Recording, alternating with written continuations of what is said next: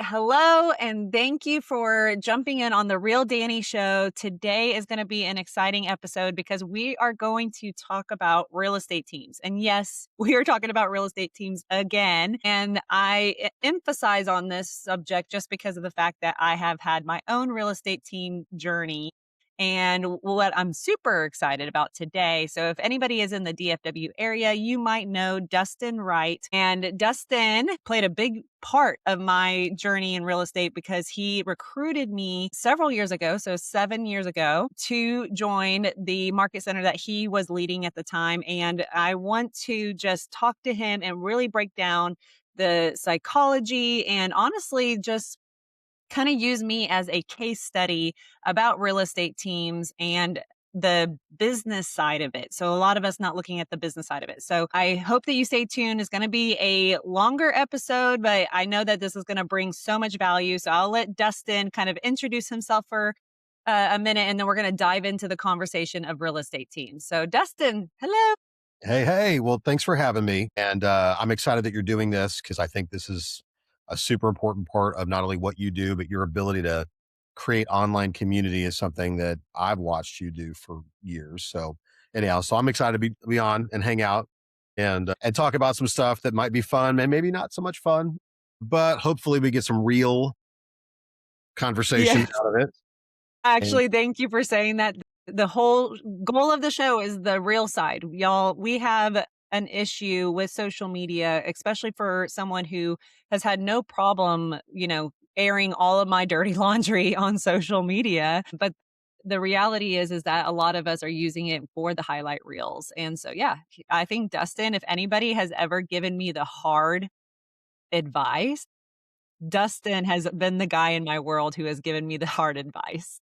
So, yeah, but for those who don't know you, how would you describe yourself and kind of where you are right now in the business?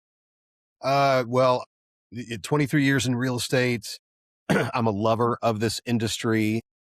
It has been good to me, good to my family. It's given me a place, a foundation, a home, and purpose. Whether it be title insurance companies, consulting work for title and mortgage companies and real estate brokerages, running the brokerage, which I did with Keller Williams for almost 10 years in South Lake. We had some kind of general manager for some other offices, things like that.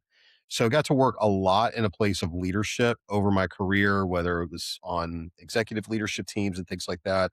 But bottom line, I've had the privilege of just being in a space of being in leadership capacity a lot within the real estate industry, and the people within it is my favorite thing. It's the thing I love the most about the business because it attracts entrepreneurs and people that have big visions for their life, that have a huge commitment for what they want to go do. And I have, like you and a lot of other people, I've gotten to be a part of that story, the successes, the wins, the losses, the failures, the good and the bad. And there's something that is very rewarding beyond the money that it fills my bucket. So it's been a really, really cool thing to be a part of it.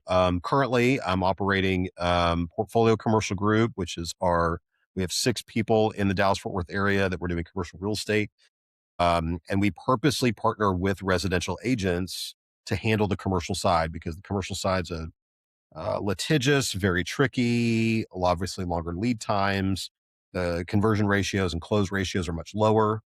So there's a lot of complications with it that quite honestly, most people could probably sell 10 houses in the times it takes us to do one deal. And so it's like, oh, but Dustin, but you make so much more money on one deal. And I was like, yes, but the work is the equivalent of selling 10 houses. So you tell me which is I'll let you keep that lane, and I'm very happy to refer my commercial business to Dustin. When I say I have a partner in commercial, he is the guy, and his team, and just I know that at the end of the day, I'm gonna stay in my lane of residential, you could do commercial. there we go. And that's what I say. We stay in our lanes, right? So that's the part where we've enjoyed that, and it's grown well. And then obviously we've expanded not only to from Texas, but to Florida and to Tennessee as well. So I bounce back and forth between Texas and Florida and Miami. I'm sitting in Miami right now. It's 82 degrees outside. Sorry, Lucky everybody. you, lucky you. Literally, if anybody is listening right now, on day what, 4, 3 of our current, yearly Ice Mageddon in DFW. Yeah. again. I love it. That's funny. But yeah, but that's me. It's been a wild ride, and I'm excited. I made the switch over to Real. That was a hard thing for me, was to not be a part of my Keller Williams family, because it meant so much to me, and I learned a ton and met incredible people and did really cool things with the company and all that. And but then that kind of key pivotal moment of like, man, this is a time in the market and the place to where I have to focus on where the future is and not where the past I've been. And it's a hard place to be. I think we all probably have to confront that choice probably more than once in our lives. And it's a hard decision. You made that choice sooner than I did, but that was a hard thing. But it's been an incredible experience since we've done it, and what we've been able to build this fast Yeah. Well, has I have all. to say, I think what's been really neat for me to see, just again, being someone who you have always been a mentor in my world, but to also see you do your own team building. So it's kind of like practicing what you preach, right? That actually you're like, my feet are on the ground. I'm doing this. And I got to have an interview with Doug Duncan few days ago. I'm doing these back to back. And Doug, of course, talked about the leadership role in a market center like Keller Williams and basically having no ability to truly be someone who is active in real estate or running your own business when you are basically the one who is the CEO of that market center. And so, yeah, that would be incredibly hard to have all those roles. And so for you to see you launch a portfolio group has been awesome because again, it's one of those things where as a real anybody coaches you in business, you kind of want to see them doing the same thing. Yeah, And so it's been really neat to see you have your team, see the people who have obviously stayed on your team, that retention. Team building is really across the board in any business, right? Like team building, this is the thing. We're picking on real estate because we're in real estate. But team building, I believe, obviously plays a part in any type of business building. And so, what I want to talk about first, that Dustin and I got to chat about before, is real estate agents. When we're getting in this real estate business, we're typically social people and have the ability to sell. I think there's a lot of reasons why people get into real estate. And I would probably, if I had to use my own reason, it would be the fact that I knew for me, I wanted to have a flexible schedule because I knew that mom life was going to happen sometime. And so I became a realtor before I became a mom. So I know for me, I was looking just for some type of entrepreneur job that I could have that essentially I could make as much money as I wanted to, and I could be just that side vacation money, or I could potentially turn it into a career. I think that might be the thing that kind of flips people on their heads because of the fact that the reason why you joined it in the first place, and then you end up turning it into a business big enough worth making a career of. And then naturally, just the thought and growth pattern of just team building around that. So yeah, I would love to just pick your brain real quick about realtors and how we're not necessarily treating this business like a business. correct. Well, I mean, I think that's a good setup, right? Because if you think about it, what got most people into real estate to begin with really was, I would say, a half baked idea. And not that it was, purposely, but it was you didn't know what you were getting. You just didn't know what you didn't know. You didn't know what you were really getting yourself into, And to that point, that's most people. It's like, hey, even if I was working a corporate job and buy a house, this happens a lot. I was working a corporate job. I went to go buy my house. And when I saw my realtor's commission, I thought, shoot, I only need to do like 5 of those a year to replace my income that I am working my guts out for. And so the initial thought is you see what's on the surface. It's like an iceberg. You see what's on the surface and you think, oh, I can do that. That's not that hard. That's super easy. And that's like the part that the client sees is like 20% of the work. They don't see the 80% that's behind it all that took us to get to this moment, right? And so you have this kind of, I would say, a limited viewpoint that brings you to the business to begin with. And then obviously, if you've got drive and determination and hustle and all of that, it's finding success in this business is not terribly difficult. That's also one of the things. It's like like this is the time of year where awards and recognitions and all that stuff happen. And I think it's wonderful. And I have been the one handing out the awards and making the awards for the people for years. So I am certainly not against awards and recognition. Don't get me wrong. I still got my trophies too. Okay. But, and I love trophies. I'm a sucker for a trophy. What I will say is it is not difficult to be successful in this business. And so sometimes we get a little too proud of ourselves if we find success in this business that we have somehow mastered something. And it's like, no, are you good with people? And do you do what you say you will do? If you're good with people, if you do what you say you will do, and you'll actually like lead generate, if you will do those things, you will do well. Maybe not as much as some, but you will do well in this business, you Yeah, know? for to be able to replace, so a lot of people, I think anyone, gosh, this was the mentality we had when Josh was going to college was, again, we're over here going, okay, go to college, complete this, be able to have the ability to apply for certain types of jobs that require some kind of bachelor degree. And again, it was a number, right? It wasn't any, we had no thought to the purpose and what actual work he would be doing. It was really truly to just be paycheck receiving and to be like, okay, so I think the goal is we can run our life off of a six-figure income. So if we Mhm. run our life off a six-figure income, and the income I had before I got into real estate was roughly between 30 and a year. And so for me, I was like, okay, so if I can at least, just like you said, like we saw the real estate commission, I did do a real estate transaction before I became a realtor, and I saw the amount and I was like, oh, okay, so again, we did the math. I love this. I know you're going to talk about it, the realtor math, Yeah. the house math. And I think this is we'll keep diving into the whole, when you're a real estate agent, you're looking at it and saying, this is not that hard. I really only need to sell 5 houses or 6 houses to make this amount of money. I know for sure a lot of us did not have any kind of finance degrees, right? We did not have any kind of, I mean, for one, that I think I missed that in real estate school. That if there was anything talking about the true financial side of it, of yes, we're commission receiving. It is hard because it's 100% commission. So it is nice if you can be in a household where there's another income coming in, because that can definitely support you. You bet. We'll dive down my lessons there. But I know for sure the side of going, I don't know if we necessarily ever looked at the commission check as a business and being able to go, okay, now I need to sell X amount of houses as the revenue to Mhm. be able to support the expenses of running this business. And I think a lot of people get into real estate because, again, it's kind of the I want to help my friends and family. And so I don't know if those people are really looking at it like a business model. And You're right. They're the really yeah, like not. you said, the social people, they got really good at it, and that's the me's of the world. I know I was social, it was easy, I liked social media, but once I started bringing in, I think the second I started bringing in over 6 figures, I mean, just even making 150 to $200,000 a year, yeah, I had no clue what to do with that. Oh, well, and it's the same thing.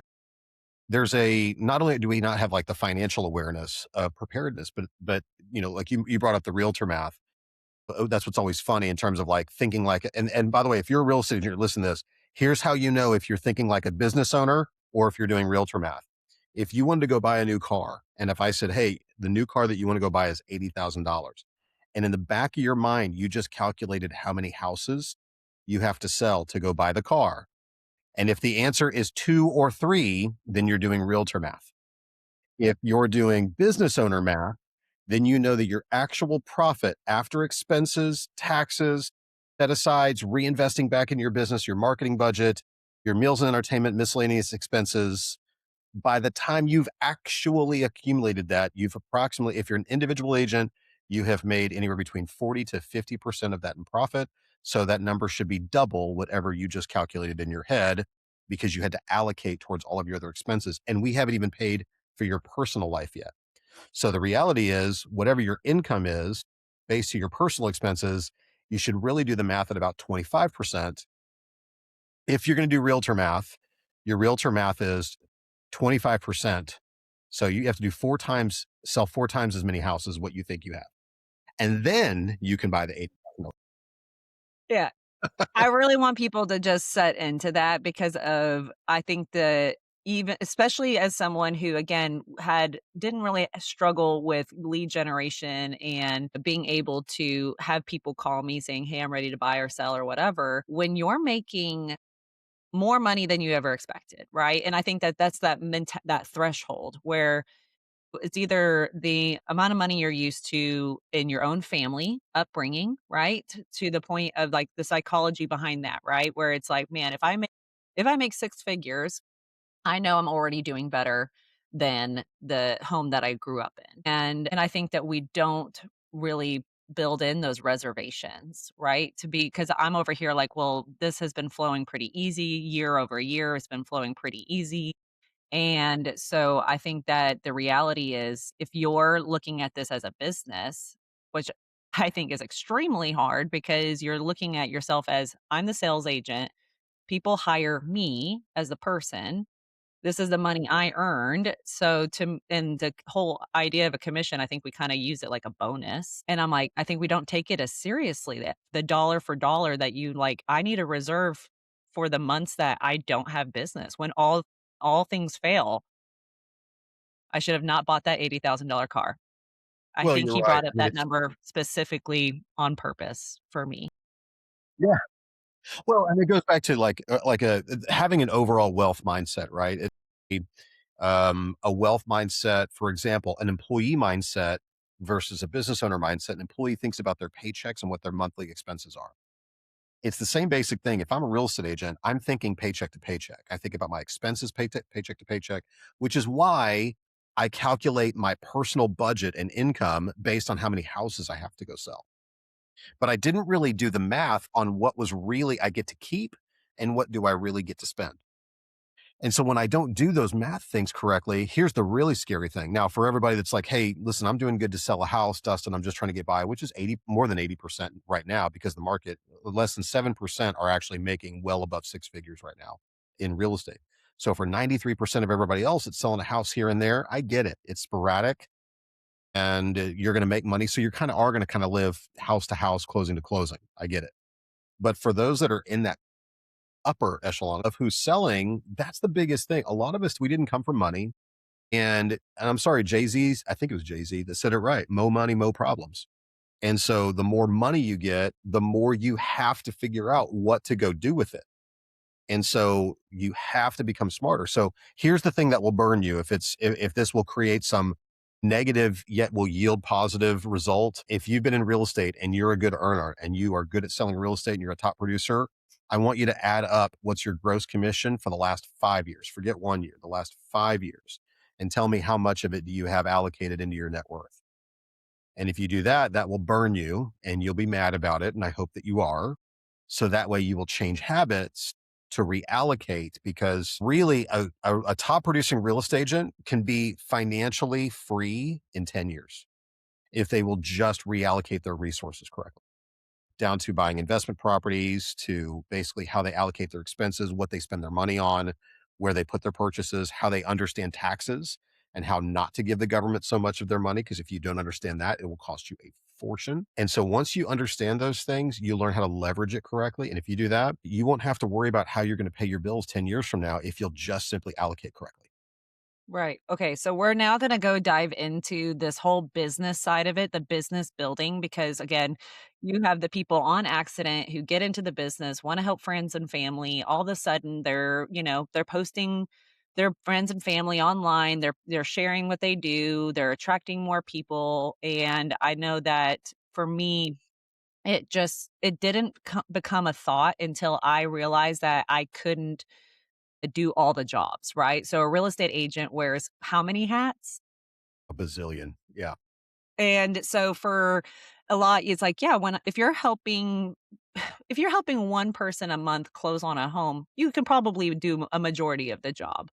If you're closing two a month, I honestly think you could do a majority of the job. It was the year that I sold around 50 homes and I had myself and a TC.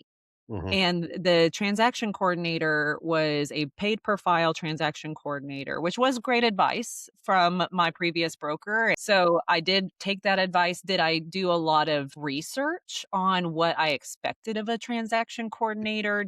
Did I really understand their role? Did I truly hold them accountable? Was there a lot of things that I felt like should have been off my plate, but it was still on my plate? And again, it was people will get away with anything if you let them. And so, yeah, I closed 50 homes that year and I felt like I had no time. I was a newer mom and I already realized that, okay, hold on. This is a business now. I'm making a lot of money. Like, I mean, I remember my eyes being like, holy smokes. Like, my husband was like, I have a sugar mama. Like, is this a life of having a sugar mama? Like, I have someone who's making my yearly income in a couple of months. And so, of course, that definitely gave me a little bit of a self-esteem boost. But I know for sure I was in survival mode. And this is something I would say, Dustin, as a person who's been a mentor in my life and since I started building a team, he very much gave me that, like I told you guys, the advice that I never really wanted to hear. And I said I just shook my head and I said, "Yeah, okay, yeah, sure." And then I again still just went with what I wanted to do because, in my mind, I had a very childlike mind in that moment. And I'm like, "I'm just gonna keep doing whatever I think feels comfy." And but the reality is that I was in a survival state. I was in a reactive state and I wasn't being proactive. So if you don't mind, give us some of that advice that you did bring to me before. And I think it's relevant regardless of whatever market or wherever you are in your Mhm. business, is that it's the hiring in that survival state because I was technically burnt out at that point. So my whole team building journey had a pretty weak foundation. Well, I mean, it's a common mistake, right? So once you figure out you're good at something, so it's one of those things where it's like once you realize you're good at this, when you're good at selling real estate, and people are calling you and saying, "Come list me, come help me buy a house," where your marketing machine and your ability to generate that, where it's just almost happening automatically at that point, you get good at it. And when you get good at it, that's the challenge is people that are high capacity individuals, which is basically every top producer in this business that I know, are high capacity individuals. And then you run and then managing a file, managing a client, all that kind of stuff. Once it gets to, and you mentioned a number earlier, it's about 24 to 30 transactions. Somewhere where when it goes from basically being like 2 closings a month to 3 closings a month. It's somewhere right in there, depending on your organizational skills and how good you are with your paperwork, which like for me, it'd be like 18, you know, and then for like a Josh, it'd be like 50, you know. For sure. So there's a swing in there, but inside that, that's usually the tipping point. And our first mistake when we go to hire, the very first mistake we make is we hire for relief. Because the pressure builds. And so what do? We don't have time. And so we're all of a sudden money rich, but we're all of a sudden time poor. And so what do? We relief hire. And relief hire is who's the first and closest person who can relieve some of this pressure that I'm feeling. And it's like, okay, cool. You have experience. Great. You know how to do this. You know how to do contract to close work. Boom, you're hired. And that's about it. Forget references. Forget this person has been worked on, whether it be multiple teams or they were fired from their last job, or, it turns out they had a real estate license, but they never really sold real estate. I don't know what. There's a lot of things. We usually just grab somebody and stick them in the job. And then we stick them in the job. And then here's the second mistake we make. Because we're so busy and we're just trying to alleviate pressure, we don't give them clear standards.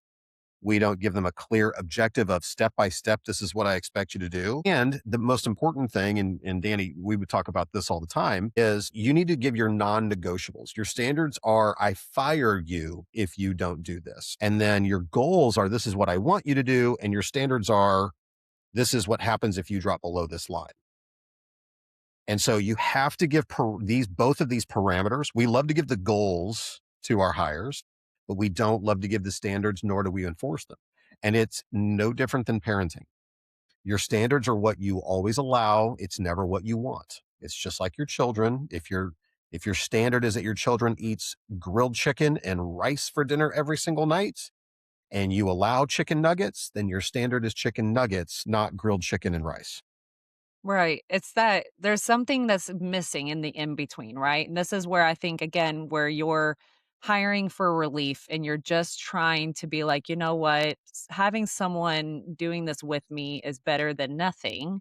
But then I'm realizing how low that bar is, right? That's the part where we lowered the bar on our own business. Mhm. And then we start allowing things, right? So I think that, again, there's so much more to the who are we willing to truly handle the people, especially the anybody who again built this business on relationships and truly had that like personal touch and had that, you know what, they hired me because they knew me and they trusted me and they know that how I take care of things. And then now I'm hiring the next closest person to me who didn't have a successful real estate career. And again, it's not for everybody, you know, I definitely see how it's harder for the introverted people, and I know for a fact that it's that how do you even fix that, right? When you don't create those clear standards of the this is business, and that's where I know Dustin and I have talked about this a lot, is that I take it so personal, and actually my last episode, we talked about this as well, which was the I saw the best in people. I truly had this level of hope that we'll be able to work past this. We'll be able to grow past this. But if you don't set those clear standards in your business that it's like we have to do this, or if you're not, I mean, it's a job, it's business, and I can't have you anymore. And let's just say I've learned that lesson the hard way many, many times. And I know that Dustin has he's seen other teams grow this way as well. You bet. Well, and there's the other thing too is I also want to be cautious when we talk about standards because a lot of times we will try to enforce standards. And I think of it again, parenting is such a great model for this. I want you to imagine that I'm trying to implement standards on learning to do algebra on a 6-year old. You know what I mean? Like that would be unfair to expect them to know the formulas of algebra when they barely can do long division, right? Like there's a thing where you can't expect certain standards on people when they haven't even shown or have a track record that says that they can handle those standards. So now there's some fundamentals from standards of just like, be on time, be professional, don't dress like you just woke up out of bed. Like there's some things like that that are very fundamental that you can start with. But I would tell you is the three things that people get wrong. So basically, the beta version of every team. So a top producing agent who launches their team for the first time. And so everybody who's done this for the first time, you've all made these same mistakes. The way we hire and how we hire and who we hire, we always get wrong. And it's always the first iteration. And it's because we hire a combination or all of three of these. Number one, we hire a family member, which in that, when we hire the family member, we are unclear about compartmentalizing a relationship. Okay. And we are this when we're here working together, and we are this. The second thing is we hire a friend or someone that we like because they seem similar and that we get along. And if I'm going to go to work every day, I want to work with someone I get along with, even though I'm Mhm. probably asking that person to do the very wrong job that they're going to suck at, but I like them and I feel good, which means I make an emotional decision about a person and how I feel about them. Okay. So we usually make that decision, that bad hire. Okay. Which that's why. I just felt all of these, like, I'm not trying to take these as attacks. I'm putting myself out there as a case study. I'm even Yes. thinking about other people I know who are it's just so natural. Like, I think that has to make up a good chunk of real estate agents and teams that it's normally gonna be like, "You know what, though? Like, I know I can fight with this person, so I'm going to naturally do that, but I'm like, you are putting a lot of risk on hurting a relationship."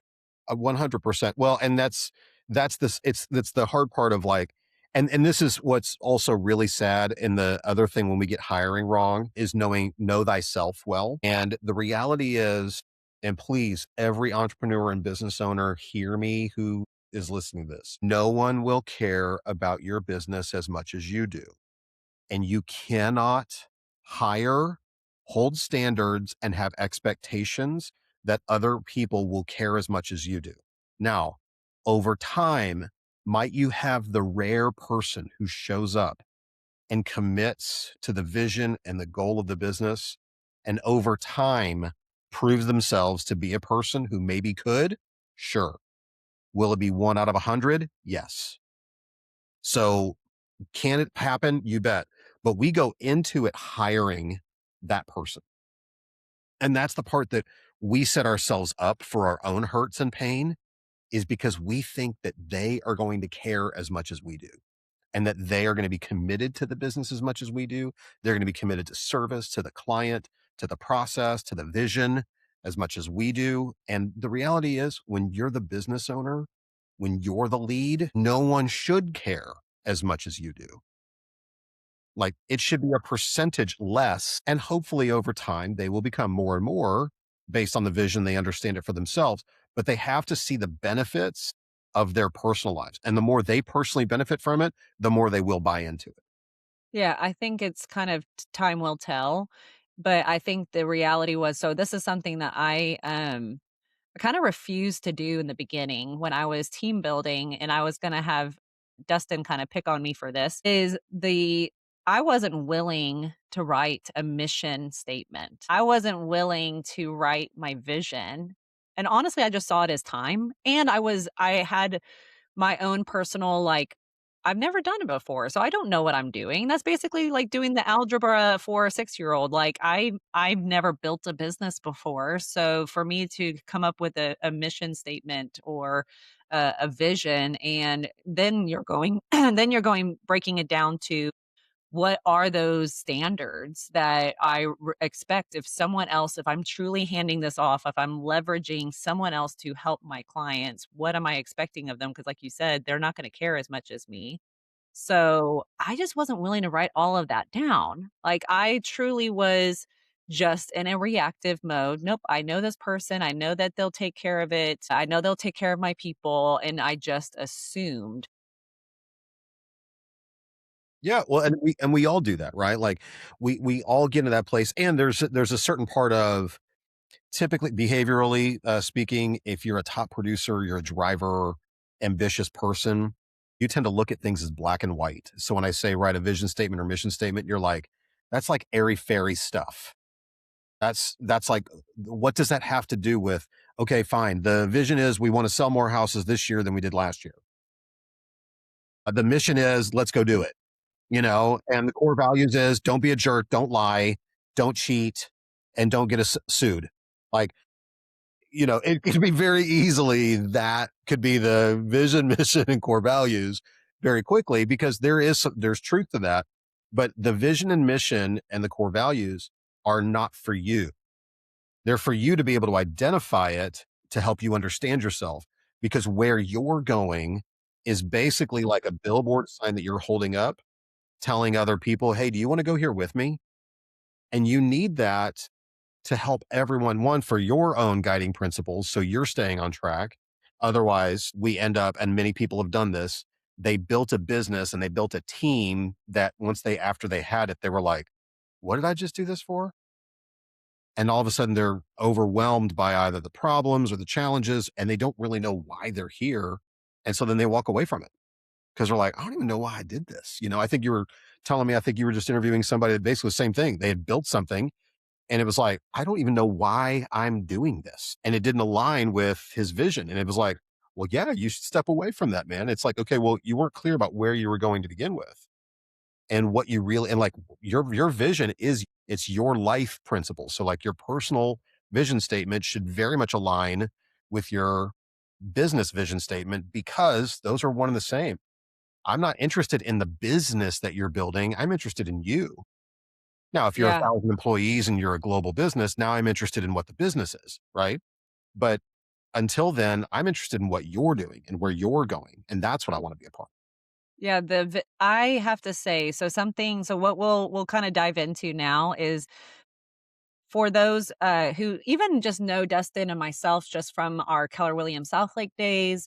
I know there was a lot of just behavioral psychology. I just told him before we jumped on this podcast that I simply think that team building for me in the age that I was in and just the things that were happening in my life, in my personal life, and all of the, maybe even just the psychology of how I grew up to when I found, myself as successful. But again, a lot of that turned into ego. I realized quickly, and this is where I think this is the biggest struggle when you don't have those clear standards and you don't know when to fire somebody. And then you're in this moment of going, shoot, well, I'll just hire another person to try to hope that they're gonna solve the problems that this first person didn't solve, and when you're making enough money, you're thinking, that's okay because I my life expenses have not superseded, like, how much money I was making, so in the moment, I was like, "Okay, I can invest back into this business because I want time back."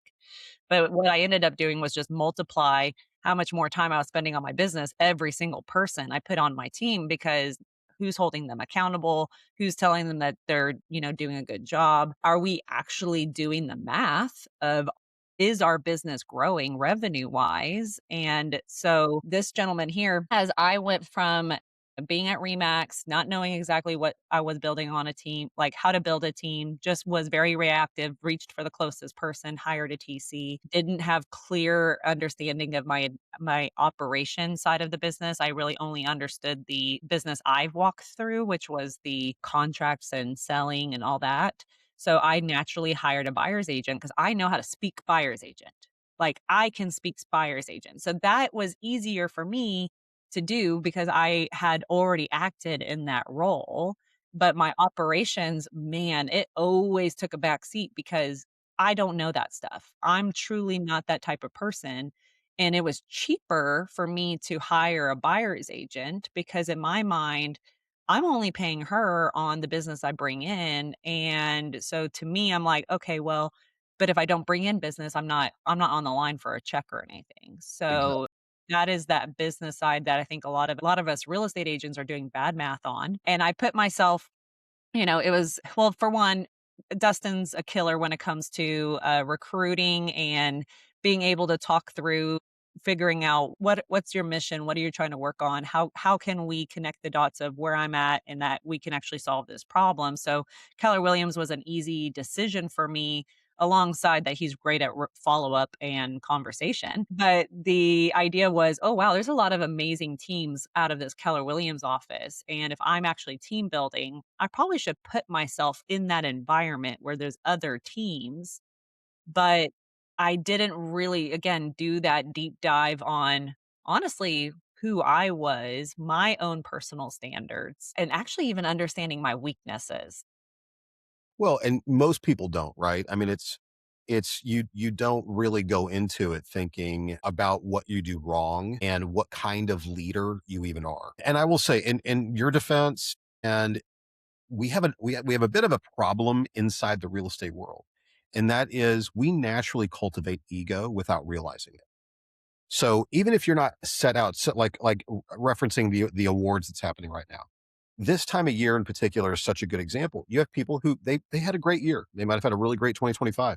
And not only will they receive awards, magazine recognitions, invites to parties, their vendors, whether it be their title mortgage, inspectors, whichever, people clamoring around them who either are currently doing business with them or want to do business with them are constantly telling you how amazing you are. And guess what? It's kind of hard not to buy the press. It's kind of hard not to believe and go, man, you know what? Shoot, maybe I am amazing. Maybe I am awesome at something. And I guess I do have something figured out. And yeah, out of 50,000 people, I'm number 420. That's actually really impressive. Like those are some really good stats, right? And so you think about that, you start buying into your own press a little bit. And then when you do, you set yourself up. And the problem with ego is the fact that it develops blind spots. And so, the bigger your ego gets, the bigger your blind spots get. And so there's all of a sudden things that you just don't see.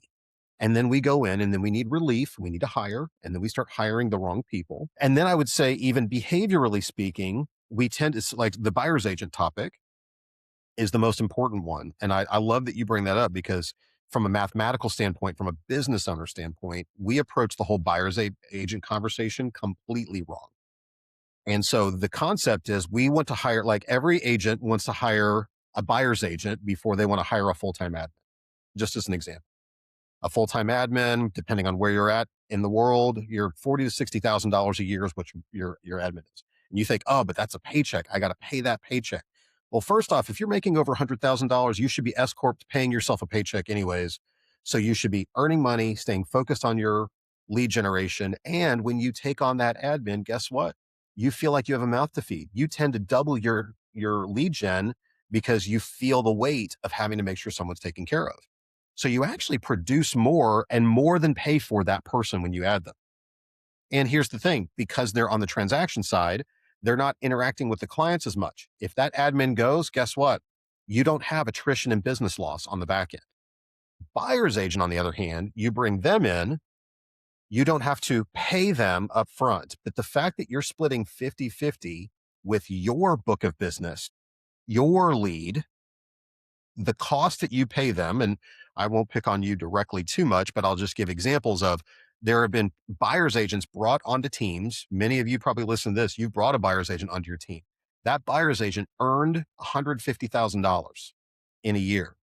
Well, that 150 that they earned means they actually earned 300,000 and they split half of it with you and with them. And yes, you made 150. But after 18 months, when that buyer's agent thinks whether you did your best to try to help them understand, they believe they did that on their own. And what triggers that is the first time that you've given them 10 clients and they brought one client and you split that commission in half on their one client. They were okay on the 10 that you gave them, but they were not okay on the one that they gave you. And in that moment is when they go, shoot, if I just did 5 more of these, it's kind of like what we do when we get into real estate. If I just sold, we do realtor math. If I just sold 5 of these and kept all of the money myself, as opposed to taking this split, why wouldn't I just go do that? And then they launch out. And the problem is when they launch out, what have they done? They've now taken 20 to 30% of the clientele in your database that were actually came through your lead funnels, through your mechanisms, through your marketing machine, through your lead sources, and they take and peel those out. Now, extrapolate that over 5 to 10 years and do that with 5 to 7 buyer's agents. You've lost a significant chunk of your database and revenue that should have compounded and built momentum that got peeled out. And now all of a sudden there's all these pods floating out there of business that you didn't actually capture anymore. And that cost, like the dollar cost, is significantly more expensive than had I just hired an admin, 2 showing agents, and paid them all $60,000 a year. It would have cost me $180,000 a year. But the losses that I've watched many people take by hiring buyer's agents and split with them and watch them leave after 18 to 24 months on this constant repeat cycle over a 10-year arc, we're talking about millions of dollars worth of business lost.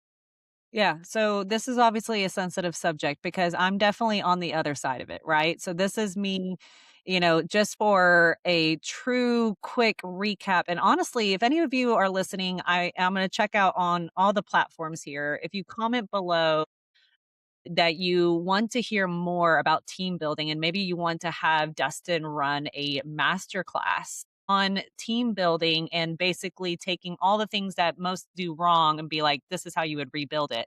Because honestly, I'm in the rebuilding phase.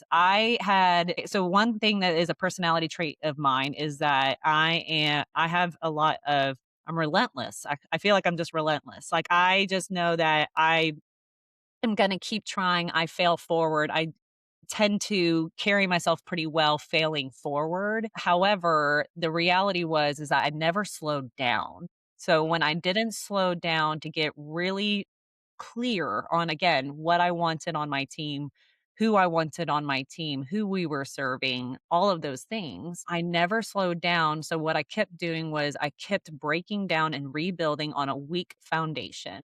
And I had a scarcity mindset. I had a scarcity mindset and wasn't looking at it as a business because, again, I'm not educated on that. That was something I didn't choose to go educate myself more on. I just wanted to be reactive with the money that was being made. Well, now we're talking about this last 2 years, the real estate market has gotten hard. I have the reality of having 7 years, technically 8 years of team building. And I have exposed my database Mhm. to the agents who now had a front face position to the people that I have generated and led. And when I say it, I'm like, I don't own people, like, let's be clear on that, right? Like, I don't own people. Like, that's not, if you ended up working with someone on my team and now you have a relationship with them and whatever, like, that's at the end of the day, like, those are your relationships. If it's on me, right? And that's why I know that Dustin and I have had this conversation. It's on me if I didn't do the things to nurture and take care of that relationship. And that's a whole different level of self-awareness and I've had to get clear on. But now that I'm in this new, because I'm like, okay, I realize quickly these relationships mean a lot to me. Like, I'm not a computer. I'm not a machine. Like, I'm a person. So, I'm like, these relationships mean a lot to me, and if they meant a lot to me, then I really should have built myself a back system team that would allow me to stay in the front and maybe even also put together the numbers of knowing kind of my bandwidth. At this point, this is my bandwidth. This is probably the amount of business I can personally handle to keep my level of nurture and taking care of and that client experience. That I know I need this type of admin, this type of showing assistant, all of those pieces. But I'm now rebuilding my database because I've let all of that go, and if you guys were listening in the beginning of this episode, Dustin said that if you do it right, you could probably get yourself out of the business in 10 years. So, I'm on year 13, so clearly I'm not I have had to learn the hard way, and it took several years to do that, and if I can save any of you time, I would definitely take in this advice of, trying to make sure that you catch yourself sooner, hopefully, right? And you slow down enough to be able to get super clear on what am I building and why am I building this? Well, and I also think is you have to know what kind of business you're building, right? Like for example, I am probably going to run a really strong buyer's agent model if I am running a transactional based business. So if I'm buying leads from Zillow, for example, if I'm working canceled expireds, and I know I am targeting the market that yields transactional based business, I'm probably running with more of a heavy buyer's agent traditional model like that.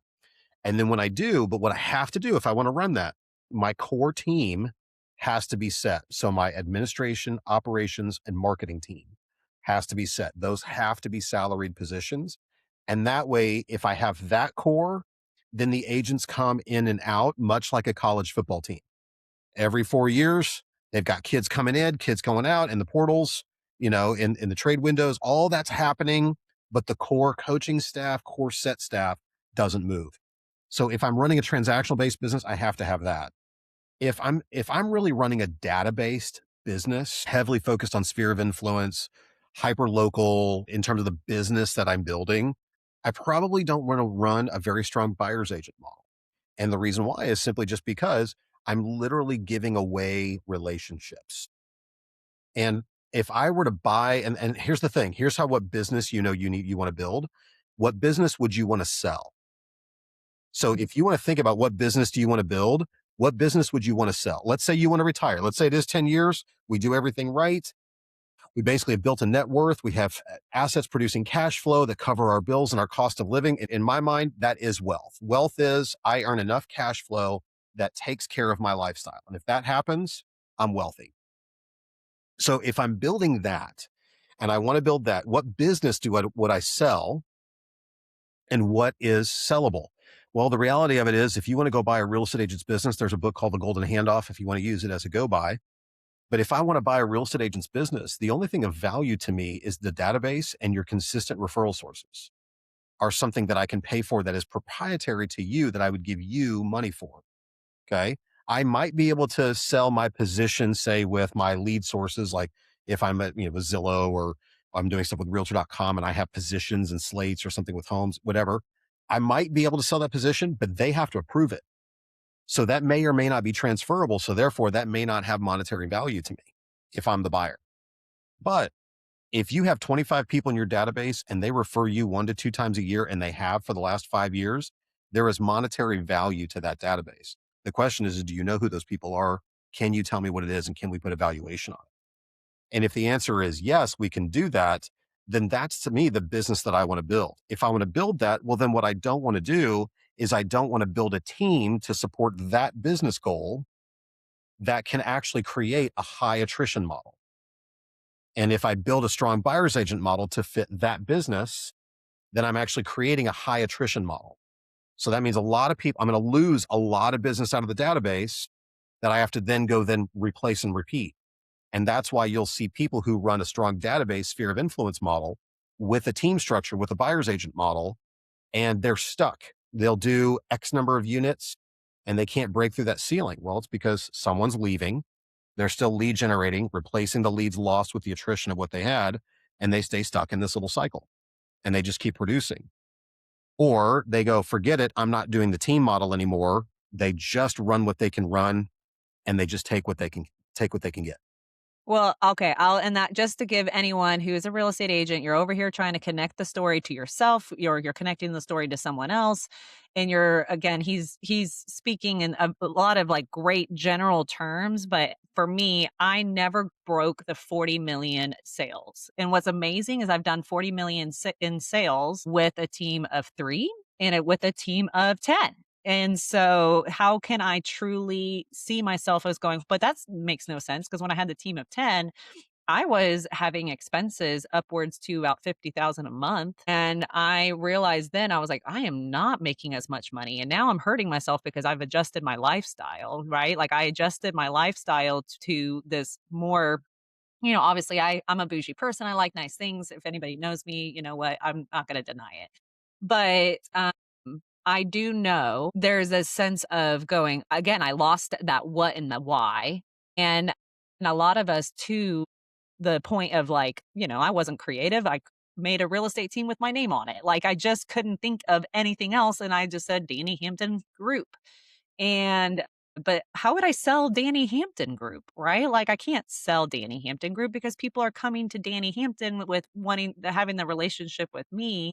So I never saw it as a business outside of me until I did at some point start calling myself DHG. And again, I thought that would be a brand that essentially would be able to hold itself up. But I never broke through those ceilings because I had a strong, or I had a buyer's agent model, and I was not replacing fast enough the database that I was losing along with that 18-month turnaround. I had an 18-month turnaround. It was amazing how it literally just turned out to be like, wow, truly. It was like between the 12 and 18-month mark, I could see an agent's confidence go up and they could be able to truly generate their own leads. So they needed me for the first 12 months, coaching, mentoring, just learning the ways, and they finally got themselves to be able to generate their own business. Now they started doing math, right?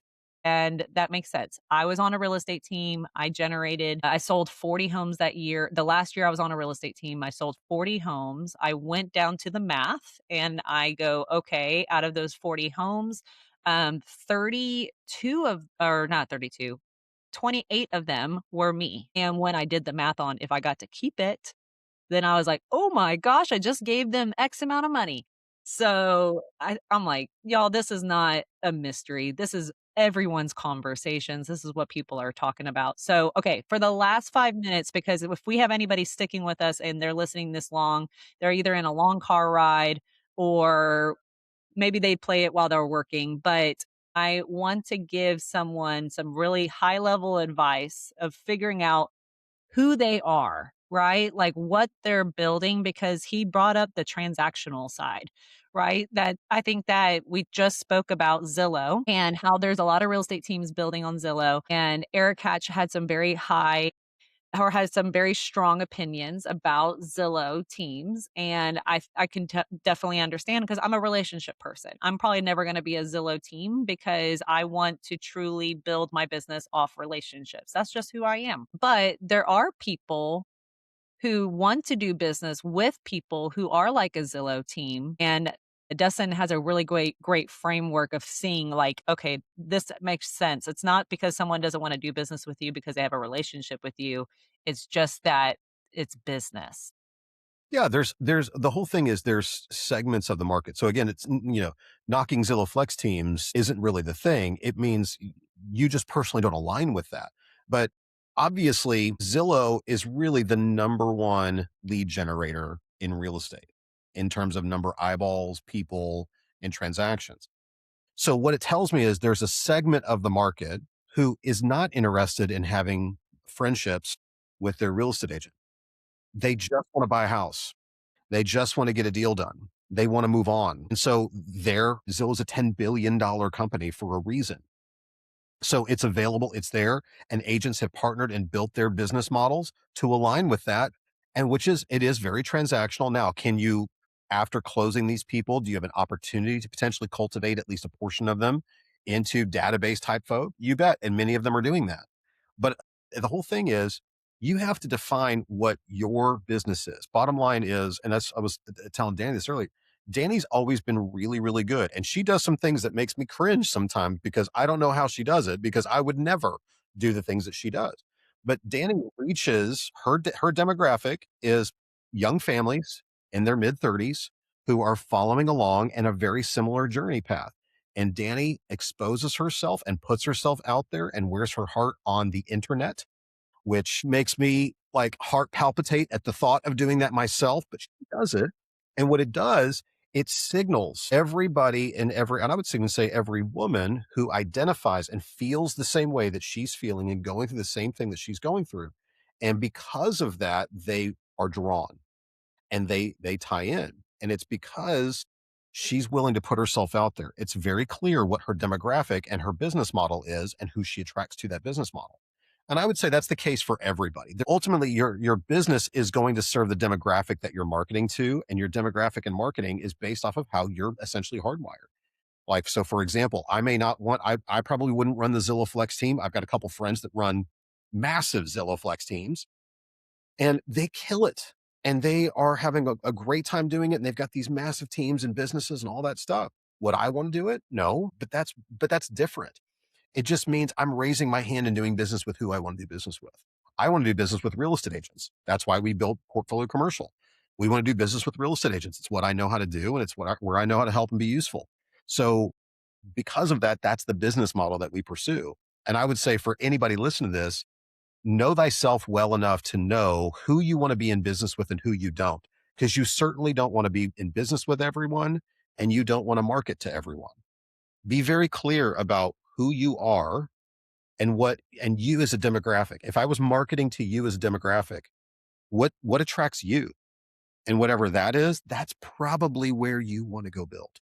That's probably the business you want to go build. Like, for example, if you were to hire a real estate agent tomorrow, do you want to be able to, is this the kind of relationship that you want to go to dinner with someone? And if the answer is no, I'd rather not because I never have, well, then maybe you are more of a transactional based and you should work expireds and cancels and FISBOs. Or you should do a paid lead system where you're basically round robining, converting leads within 30 seconds from an inbound dial. That might be the model you should work. Or you should go, hey, you know what? I'm going to get involved in my kids' school and charity events, and I'm going to connect and I'm going to build relationships and have a coffee group with a bunch of people that meet up on a weekly basis. And from that, it's going to produce my referrals.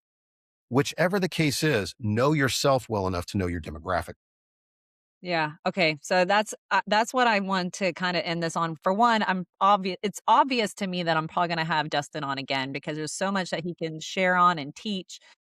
I think if anything, this just encouraged me to possibly do some type of master class to really go. If we had to do a 2-hour MBA on building a real estate business, especially from the years of 2025 as an example of going, okay, if we stay in this higher interest rate market, I'm going to have to redo the numbers, right? I'm going to have to redo the math and the expenses. And so I would love to be able to produce that. I would love to hear from the people who are following this. But I do want to just highlight a few points here of just that you got to figure out who you are, right? You got to be able to truly understand your expectations, right? You can't inspect what you can't Expect what you don't expect what you don't inspect. Yes. And so I would love to just make sure that anyone who's listening to this, again, this is not just, we're not bashing real estate teams. We're definitely using me as a case study here as someone who has built real estate teams multiple times. And now I'm running a solo team with an admin who is actually my TC and my showing assistant. And I also have figured out that I have created that number in my world. I have created that number in my world of like, okay, I know that I can run this business with these expenses at 40 transactions a year. And 40 transactions a year produces X amount of income for me. And I know I can run my life off of that. And so, And you're a good example of that. We were talking about this earlier. Bigger doesn't necessarily mean better. There's an assumption that we should be bigger and we should build something bigger, but bigger doesn't necessarily mean better.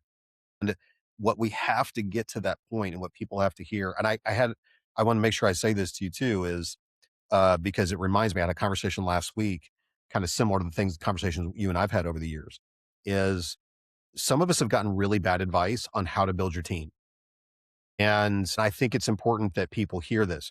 There's a good chance if you feel stuck on how your team structure is and how it's working and what you've been doing, and you feel a little exhausted by it, there's a good chance that you probably either have a bad mechanism, but you might have gotten some bad advice on how to lead it.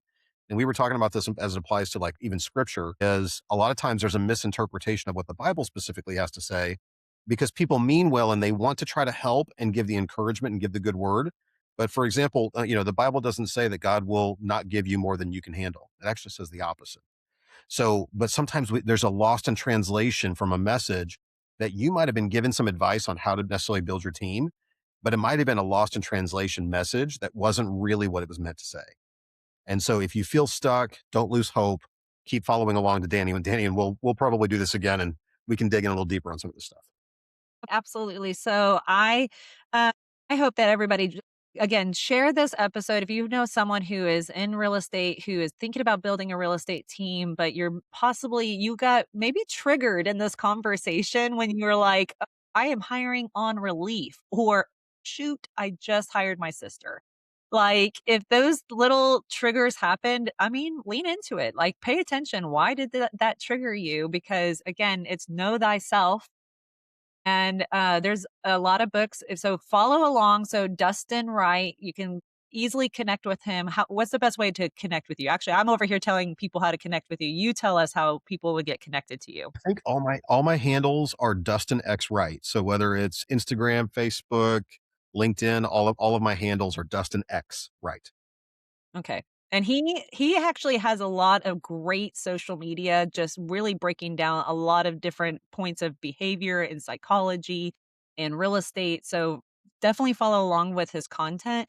But definitely reach out to him. If you want to find a book, what's a book I need to read? I swear, this guy has a list of books. And so if you found value in today's podcast, definitely comment below, ask questions. Dustin will probably be paying attention if it's on Facebook. He is are you? No. What's your generation? I'm a Gen Xer, so Danny will tag me and then I will comment. Yeah. So yeah, we all know, and I know that if anything, he's probably paying more attention to Facebook than he is paying attention to TikTok and Instagram. Yes. I'm his millennial friend to help him out here, and so yes, definitely comment below. We would love to hear more from you. If you are interested in some type of masterclass, I would love to put something together. If you are in the DFW Metroplex, if you are in real estate and you need a commercial partner, I would definitely advise you to reach out to Dustin and his team. He would love to be a commercial partner of yours. Thank you so much for listening to the Real Dani Show. And I can't wait for us to be able to bring you more episodes that bring more value to help you learn the lessons and not have to learn it the hard way. So thank you again, and y'all have a great day.